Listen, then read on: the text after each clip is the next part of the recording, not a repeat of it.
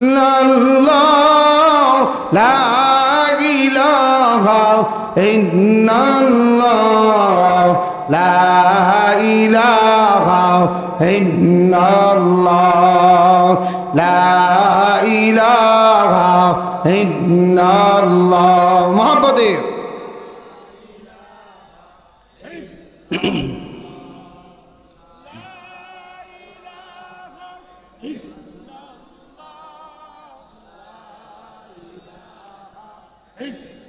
লা ইলাহা ইল্লাল্লাহ মুহাম্মাদুর রাসূলুল্লাহ সাল্লাল্লাহু আলাইহি ওয়াসাল্লাম। আলহামদুলিল্লাহ, দাশেরগাঁও দারুল উলুম হাফিজিয়া মাদ্রাসা ও এতিমখানার হাফেজ ছাত্রদের ফজিলতের পাগড়ি ও ক্রেশ প্রধান উপলক্ষে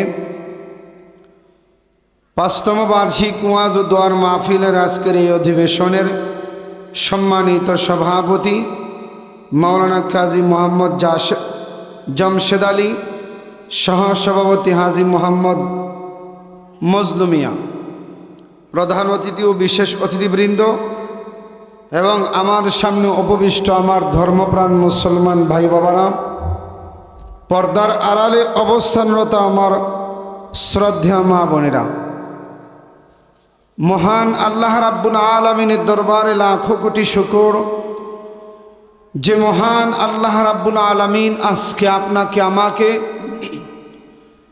দুনিয়াবি বিভিন্ন পেরেশানি, দুনিয়াবি বিভিন্ন ঝামেলা থেকে আল্লাহ ফাড় করে দয়া পরশবত মহান আল্লাহ রাব্বুল আলামিন উলামায়ে কেরামের জবান থেকে নসিহত শোনার জন্য এখনো পর্যন্ত এই মজলিসের মধ্যে বসায় রাখছেন। এই জন্য আমরা সবাই মহান আল্লাহ তাআলার দরবারে শুকরিয়া আদায় করি, আলহামদুলিল্লাহ। এই যে বাবা, আমরা আমাদের প্রয়োজনীয় কাজ এবং শীতের রজনীর আরামের ঘুম, এই দুইটা জিনিসকে রেখে উলামায়ে কেরামের জবান থেকে নসিহত শোনার জন্য এই মজলিসের মধ্যে বসে আছি। এটা কিন্তু উলামায়ে কেরামের প্রতি ভক্তি, শ্রদ্ধা, ভালোবাসা, মায়া মোহাব্বত আমার আপনার হৃদয়ে আসি বিদায়ী আমি আপনি আসছি। কথা বলেন ঠিক কিনা? যদি উলামায়ে কেরামের প্রতি ভক্তি, শ্রদ্ধা, ভালোবাসা, মায়া মোহাব্বত এটা আমার আপনার অন্তরে না থাকতো, তাইলে কিন্তু আমরা কেউ এই মজলিসের মধ্যে আসতাম না। কথা কোন ঠিক কিনা? একটু হানা সবাই জবান খুলে বলা লাগবে। যুবক ভাইরা যারা আছেন একটু হানা, বক্তার জবাবে একটু হানা জবান খুলে বলা লাগবো। রাজি আছেন তো ইনশাআল্লাহ? কারা কারা বলবেন একটু হাত উঠায় দেখান। লিল্লাহে তাকবীর। সবাই জবান খোলেন, লিল্লাহে তাকবীর। আল্লাহ কবুল করুক, সবাই বলি আমিন। বলবেন তো ইনশাআল্লাহ? যদি উলামায়ে কেরামের প্রতি ভক্তি, শ্রদ্ধা, ভালোবাসা, মায়া মোহাব্বত এটা আমার আপনার অন্তরে না থাকতো, তাইলে কিন্তু আমরা কেউ এই মজলিসের মধ্যে আসতাম না। কথা বলেন ঠিক কিনা? একটু আওয়াজ দিয়ে বলেন ঠিক কিনা? আসছি কেন? উলামায়ে কেরামের প্রতি মায়া মোহাব্বত, ভালোবাসা আছে। আল্লাহর রাসূল বলেন, আকরিমুল উলামা ফাইন্নাহুম ওয়ারাসাতুল আম্বিয়া। তোমরা উলামায়ে কেরামদেরকে মোহাব্বত করো, কারণ তারা হলো নবীদের ওয়ারিস। কথা বলেন ঠিক কিনা? আওয়াজ দিয়ে বলেন ঠিক কিনা? এই জন্য উলামায়ে কেরামদেরকে মোহাব্বত করা দরকার আছে না নাই? নেককার লোকদেরকে ভালোবাসা দরকার আছে না নাই? আমরা নেককার লোকদেরকে ভালোবাসবো তো ইনশাআল্লাহ। কারা কারা বাসবে একটু হাত উঠায় দেখাই। লিল্লাহে তাকবীর, লিল্লাহে তাকবীর। কারণ নেককার লোকদেরকে ভালোবাসা এটা ঈমান। কথা বলেন ঠিক কিনা? আওয়াজ দিয়া বলেন ঠিক কিনা? ভালো মানুষের যারা গালি দেয় তারা বেঈমান, খারাপ লোকদের পক্ষ যারা নেই তারাও বেঈমান। কথা বলেন ঠিক কিনা? যুগে যুগে যারা মুনাফিক তারাই খারাপ লোকদের পক্ষ নিয়েছে আর নেককার লোকদেরকে দুশ্মনের নজরে দেখছে।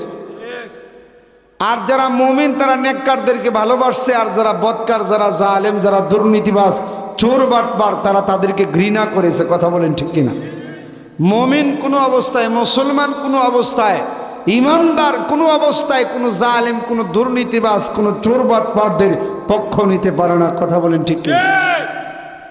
সে যত বড় ক্ষমতাবানই হোক না কেন, সে যত বড় পাওয়ারফুল নেতাই হোক না কেন, মুমিন মুসলমানের সন্তান কোনো অবস্থায় কোনো চোর বাটপার কোনো জালেমদের পক্ষে স্লোগান তুলতে পারে না। জোরে কোন ঠিক কিনা? সে যদি হাজ্জাজ বিন ইউসুফও হয়। হাজ্জাজ বিন ইউসুফের নাম আপনারা শুনছেন? শোনেন নাই? ইতিহাসের শ্রেষ্ঠ বিখ্যাত একজন জালেমের নাম ছিল হাজ্জাজ বিন ইউসুফ। সে এত জুলুম করতে, এত ভালো ভালো মানুষদেরকে মারতো। সে খারাপ, তারে শুধু খারাপ বলার অপরাধে সে খারাপ। তারপরও যদি কেউ তার গুণগান গাইতো, তার প্রশংসা করতো, তাইলে সে তাদেরকে টাকা দিত, বিভিন্ন রকমের সুযোগ সুবিধা দিত।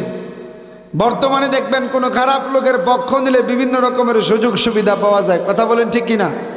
এই যে ইলেকশন আসতেছে দেখবেন, আস্তে একটা খারাপ লোক স্লোগান মারলেই হাদিয়া তোফা পাওয়া যায়। কথা কোন ঠিক কিনা? স্লোগান তুললেই তার পক্ষে বিভিন্ন রকমের সুযোগ সুবিধা ভোগ করা যায়। এমন মানুষ আমাদের সমাজে আছে না নাই? আরো জোরে বলেন, আছে না নাই? তো হাজ্জাজ এত বড় জালেম ছিল, কেউ তার বদনাম করলে দুনিয়ার জমিন থেকে বিদায় করে দিত, আর কেউ তার পক্ষ নিয়ে কথা বললে সে তাদেরকে বিভিন্ন রকমের সুযোগ সুবিধা দিত, হাদিয়া তোহফা দিত। এভাবে বহু সাহাবীদেরকে মারছে, অনেক আলেমদেরকে মারছে, অনেক হাফেজদেরকে মারছে। সে খারাপ, তারে শুধু খারাপ বলার অপরাধে। সে আব্দুল্লাহ ইবনে জুবাইরের মতো জবরদস্ত একজন সাহাবা, আল্লাহর রাসূলের খুব মহাব্বতের একজন সাহাবা ছিল, তাকেও সে মারছে। সে খারাপ, তারে শুধু খারাপ বলার অপরাধে। আব্দুল্লাহ ইবনে জুবাইরের গর্দানটা দেহ থেকে আলাদা করে, গর্দানটা জমিনের আইখা গর্দানটার দিকে লক্ষ্য করে বলে, আহা, তুই আল্লাহর রাসূলের কত প্রিয় ছিলি রে, তুই আল্লাহর রাসূলের কত মহাব্বতের ছিলি, তোর মতো এমন একটা ভালো মানুষ রে কে মারলো রে? কত বড় জালেম দেখেন, নিজে মাইরা বলতেছে তোর মতো এমন একটা ভালো মানুষ রে কে মারলো? আব্দুল্লাহ ইবনে জুবাইরের মরা লাশ তার চেহারা বরাবর এভাবে আঙ্গুল উঠায় বলে, এই জালেম, এই জালেম, মাথা হাতাস কেন, তুই মারছ? আল্লাহু আকবার। আরো জোরে কন্যা আল্লাহু আকবার। কোন জায়গায় আল্লাহু আকবার আর সুবহানাল্লাহ বলা লাগবে এটা আমরা মুসলমান জানি না, কিন্তু গান শুনলে কোনো লাভ দেওয়া লাগবে, কোনো টাকার ছড়া, টাকার মালা জোনানো লাগবে, এটা আমাদের কারো অজানা না। কথা কোন ঠিক কিনা? আওয়াজ দিয়া কোন ঠিক কিনা? এটাও আওয়াজ দিয়া কয় না, জোরে কোন ঠিক কিনা? এই জন্য কোন জায়গায় সুবহানাল্লাহ আলহামদুলিল্লাহ বলা লাগে, এগুলো তো মুসলমানের সন্তান হিসেবে জানা দরকার। মমতাজ আবার গান শুনলে কোনো তুরি দেওয়া লাগবো, কোনো নাইজ দেওয়া লাগবো, মুসলমানের সন্তান কিন্তু এগুলো অজানা না। কথা কোন ঠিক কিনা? আওয়াজ দিয়া বলেন ঠিক কিনা? আব্দুল্লাহ ইবনে জুবাইর ডাক দিয়ে বলে, এই জালেম, মাথা হাতাস কেন, তুই মারছ? আল্লাহু আকবার। আরো জোরে বলেন আল্লাহু আকবার। এত বড় জালেম সে ছিল। সে সর্বশেষ যাকে শহীদ করেছিল তার নাম ছিল সাঈদ ইবনে জুবাইর রহমাতুল্লাহি আলাইহি। সাঈদ ইবনে জুবাইর রহমাতুল্লাহি আলাইহি এমন একজন মানুষ ছিলেন যিনি 2 রাকাত নামাজ পড়তে গেলে 2 রাকাত নামাজের ভিতরে গোটা 30 পারা কোরআন খতম করতেন। সুবহানাল্লাহ, আল্লাহু আকবার। আর বর্তমানে কত ইমাম সাহেবের চাকরি যায় নামাজের কেরাত লম্বা হওয়ার কারণে। কথা কোন ঠিক কিনা? আওয়াজ দিয়ে বলেন ঠিক কিনা? কত ইমাম সাহেবের চাকরি যে গেল এই বয়সে দেখলাম ইমাম সাহেব নামাজের কেরাত কেন লম্বা করে।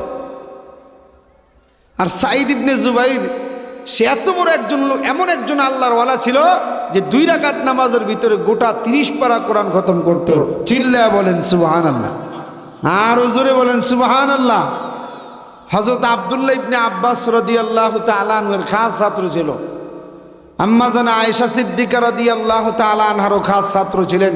তাকেও সে মারছে। সে খারাপ, তারে শুধু খারাপ বলার অপরাধে।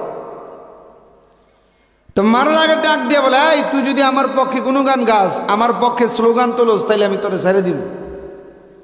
সাঈদ ইবনে জুবাইর কোনো কথাই বলে না, কারণ মুমিন তো, মুসলমান তো, মুসলমানের জবান দিয়া কোনোদিন কোনো চোর বাটপার জালেমদের পক্ষে প্রশংসা বের হয় না। কথা কোন ঠিক কিনা?